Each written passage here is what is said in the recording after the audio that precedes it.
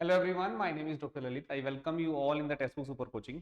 तो आज की जो हमारा ये छोटा सा एक क्विक सा सेशन है, इस सेशन में मैं आपसे डिस्कशन करूंगा कि सीएसआईआर नेट क्रैक करने के बाद आपके पास क्या क्या जॉब अपॉर्चुनिटीज या क्या क्या पोजीशंस आपके पास होती हैं जिसमें आप अप्लाई कर सकते हो। ठीक है, तो हमारा मेजर डिस्कशन उसी पर रहेगा। पर सबसे पहले एक शानदार सेल आपके लिए है, वैलेंटाइन वीक चल रहा है, तो सिलेक्शन मेरा प्यार सेल हमारी जो है ये ऑन है।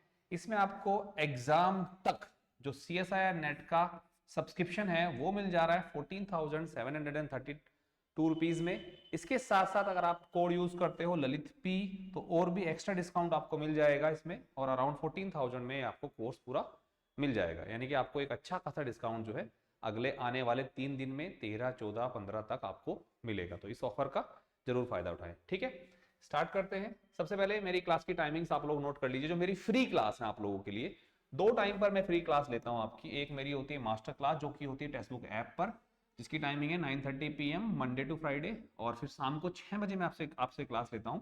ये भी मंडे टू फ्राइडे, और ये होती है यूट्यूब पर। ये टाइमिंग्स नोट कर लीजिए। और बस लास्ट एक छोटा सा, मेरा ये टेलीग्राम चैनल का स्कैनर है। जो भी आपको क्लास मेरी यहाँ होती है उसके नोट्स, डिस्कशन, डाउट जो भी आपने मुझसे करना है वो आपको यहाँ मिल जाता है। ठीक है, चलिए अब काम की बात कर लेते हैं। ये भी ऐसे काम की बात थी। काम की बात ये है हमारी कि हम लोगों को ये हमेशा डाउट रहता है कि सर जॉब अपॉर्चुनिटीज क्या क्या हैं अगर हम लोग जो है सीएसआईआर नेट, जेआरएफ या नेट एलएस जो है क्रैक करते हैं। जेआरएफ कैटेगरी में अगर हम लोग क्रैक करते हैं या लेक्चरशिप कैटेगरी में अगर हम लोग क्रैक करते हैं तो हमारे पास क्या क्या जॉब ऑप्शंस रहते हैं। तो देखो एक बात तो सिंपल है मतलब कि ऑप्शंस हमारे पास में वाइड वैरायटी ऑप्शंस हमारे पास में रहते हैं।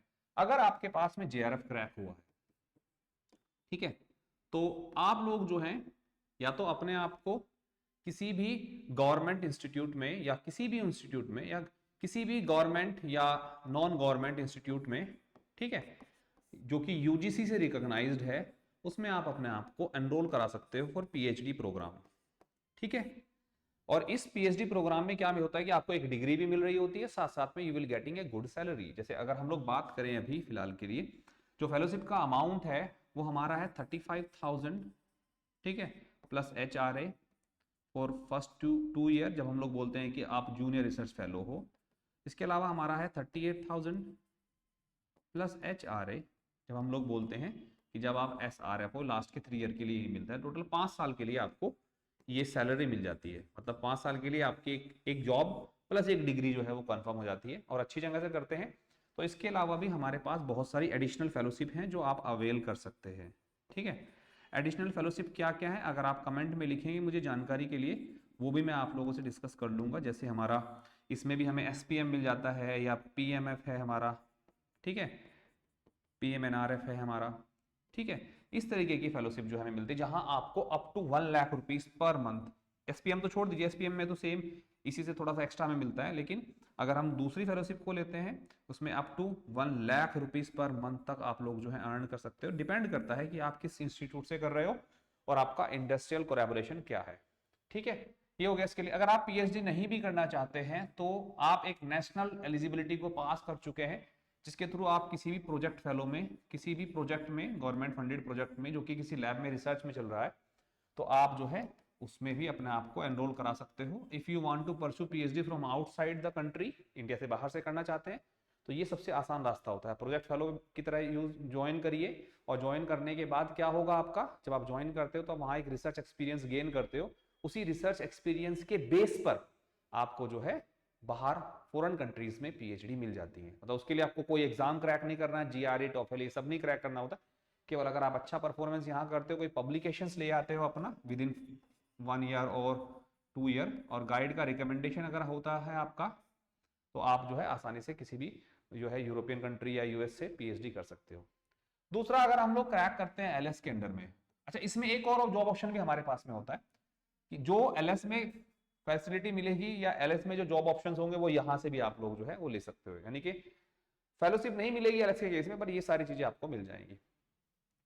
आप बहुत सारे हमारे इंडिया में जो यूजीसी रिकॉग्नाइज्ड यूनिवर्सिटी हैं, ठीक है, यूनिवर्सिटी हैं या हमारे रिसर्च इंस्टीट्यूशंस हैं, उसमें आप अपने आप को एज ए असिस्टेंट प्रोफेसर भी जो है वो अपने आप को एब्जॉर्ब करा सकते हो।